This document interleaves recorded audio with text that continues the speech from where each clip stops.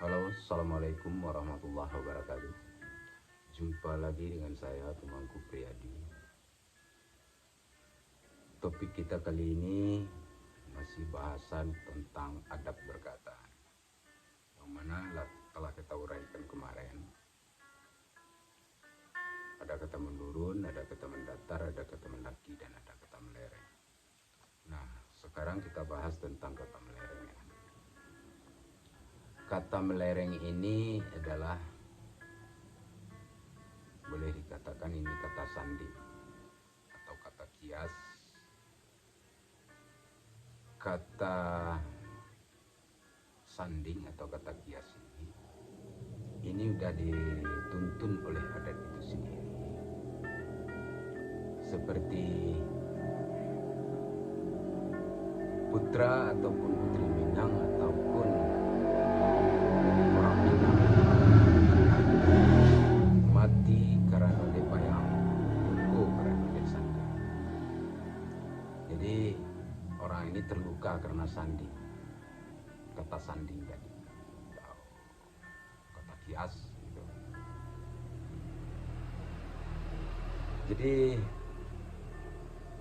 dari ombak nabadabu lalu kerata air hitam, kalunang bumi keramat sampai ke rajo badaulat, tarui sekilang air bangi sampai durian tekuk rajo, lalu ke bukit Ambon Tulang.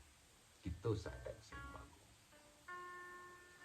Mati karena dek bayang, lukonya dek karena dek sanding. Jadi dalam kata sanding ini kita perlu memahami di balik kata atau pemahaman sebuah kata. Kata ibarat, ataupun kata umpama. Jadi lain yang dibicarakan, kita bicarakan masalah laut itu nanti pemahamannya itu ke kehidupan manusia. Jadi kalau dalam kata sanding ini memang agak rumit ya, apalagi orang-orang belum paham ataupun yang tidak paham. Seperti kita menguruskan suatu masalah, perkara kemonakan yang menjual bukan haknya. Ini di sini sudah disandingkan, dikiaskan. Jan babalik sebelum payu, jan turun sebelum manje, jan bajua sebelum babali. Itu larangan adat Joko Satu. Larangan perintah itu Joko. Itu tidak biasa dibuat adat. Dan biasa dibuat adat, baik kata di negari perbuatanlah kepada nambana. Jadi hal itu harus seorang putra Minang ini dituntunnya atau diarahkan itu berbuat kebajikan. Tidak boleh di luar dari garis relnya. Seperti gini, jan bajua sebelum dibali. Yang jelas itu hak orang ataupun tanah wilayah yang belum diserahkan atau tanah wilayah yang belum dibebaskan. Ini pandai-pandai kemenakan yang menjual kepada orang lain. Itu bukan hak dia. Kalau wilayah itu jelas itu hak penghulu atau hak datuk. Ini mamak yang berjalan dulu selangkah, perkataannya dulu sepatah untuk memelihara kampung dan negari. Jadi kalau kemenakan yang menjual itu jelas sudah salah dalam tindakan, terkecuali ada pembebasan atau perintah dari penghulu satu. Jadi kalau menjual bukan haknya, tentu di sini udah jelas melanggar aturan adat itu sendiri. Jan babalik sebelum pai. Sama dengan ini. Jadi yang menjual bukan haknya. Ini kata kiasnya ke sini. Kita bicara itu masalah tanah atau masalah ladang atau masalah tanaman. Nanti pukulannya itu ke kesalahan orang itu sendiri. Seperti pemerkosaan, pembunuhan dan segala macam, ada persoalan-persoalan itu. Kalau Datuk Bengulu atau ini Mama itu menghukum kemenakan itu dengan kata sanding, dengan kata kias atau kata mutlak. Jadi kebanyakan Datuk Bengulu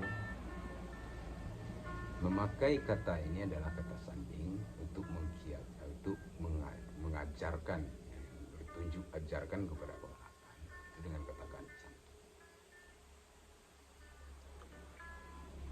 Jadi yang paling rumit itu kias ya. Apalagi dengan kata menunggu. Ibaratnya begini, yang paling susah dipahami itu kadang-kadang di antara sesama orang adat itu sendiri pun susah memahami. Atau sambutan kata dari penghulu, kata menunggu lah gitu, disuruh menunggu gitu. Jadi bahasanya nan kami beribarat pasir pantai menanti riak juga lombang. Menanti riak juga lambang tahapa badan sari masih aruk de ambun tengah malam tahpa pilu musim ketipu. Jadi di sini kalau orang yang tidak paham ini sangat tidak nyambung.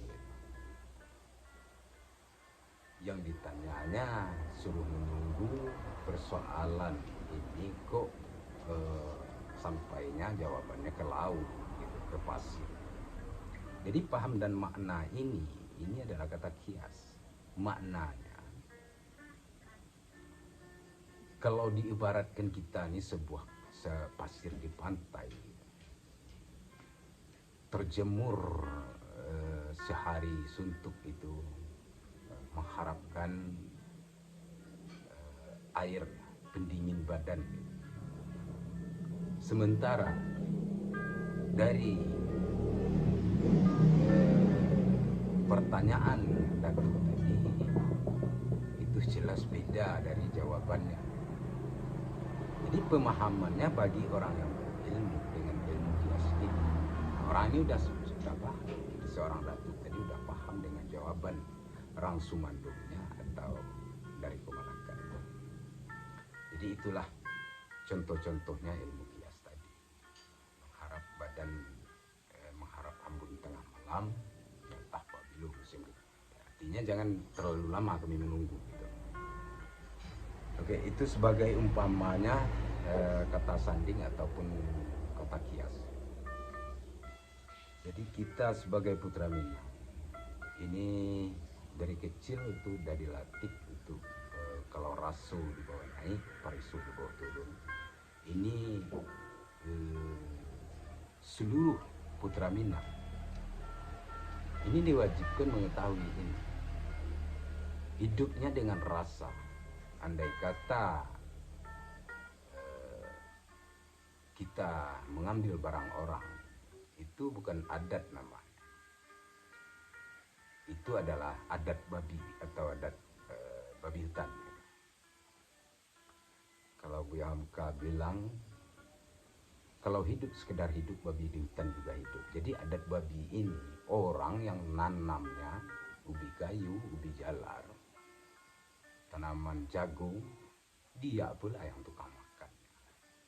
Jadi di sini adatnya keenak perutnya saja. Kalau keenak wataknya saja, itu tidak dibenarkan tumbuh di bumi. Harus ada sanksinya. Jadi kalau kata kias ataupun kata sanding ini sangat mematikan bagi si terdakwa atau si mundalih namanya.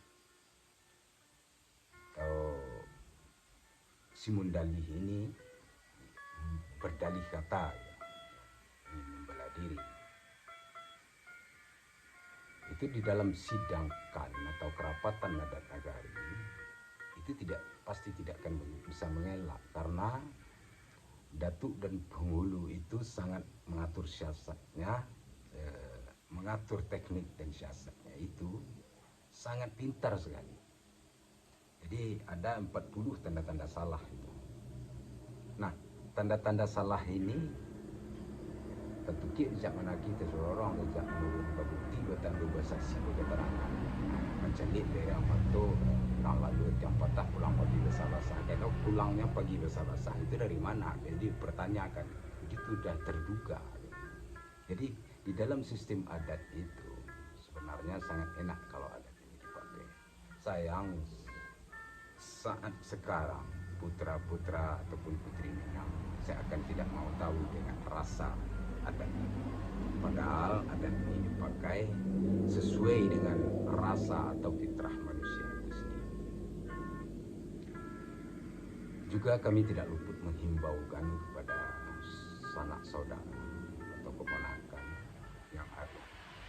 Marilah kita bangkit dari keterpurukan ini. Kalau sasik di ujung jalan kita kembali ke pangkal jalan. Sikaplah tambung lambung.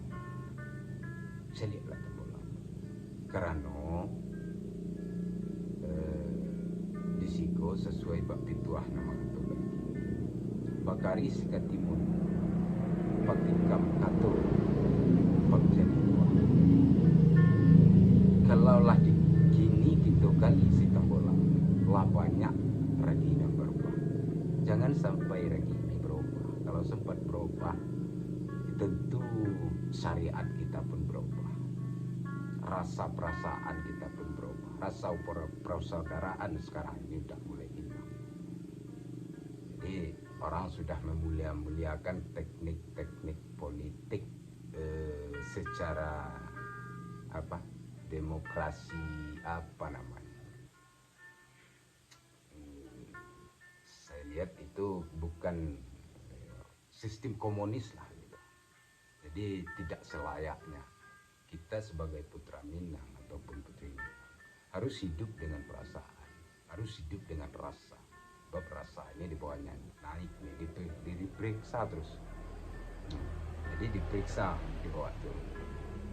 Diraso di bawah naik, periso di bawah turun. Jadi hiduplah dengan rasa, hiduplah dengan perasaan. Enak di kita, setuju tuh. Kira-kira begitu di dalam bahasan kali ini. Sebagai perumpamaan singkat dari kata melereng ataupun kata sanding ataupun kata kias. Nanti mungkin kita bahas pula tentang kata menurun ya.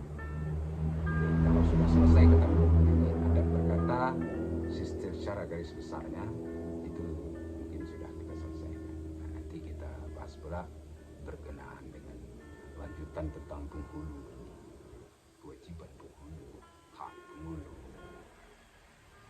keadilan penghulu, pikiran penghulu, syariat penghulu, perbuatan penghulu. Itu sangat panjang ini, sangat panjang dan rumit dan ruwet.